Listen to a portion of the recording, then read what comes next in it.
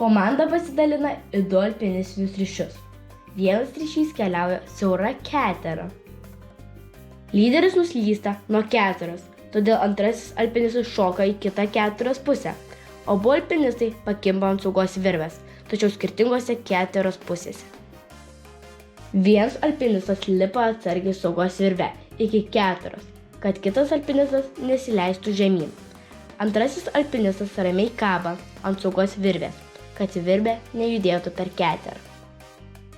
Užlipęs ant keteros, pirmasis suorganizuoja saugą bei pakilimo virvę ir tada antrasis alpinistas lipa link keteros, saugomas pirmojo.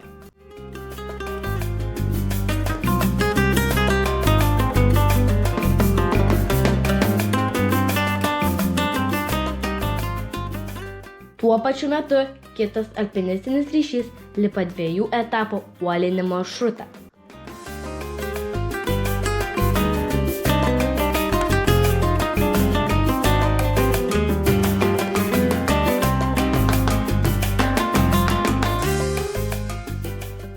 Antrajame etape lyderis krenta ir susilaužo kojas ir vieną ranką. Ryšio draugas gelbėja ir ant saugos ištraukia lyderį atgal į stotį.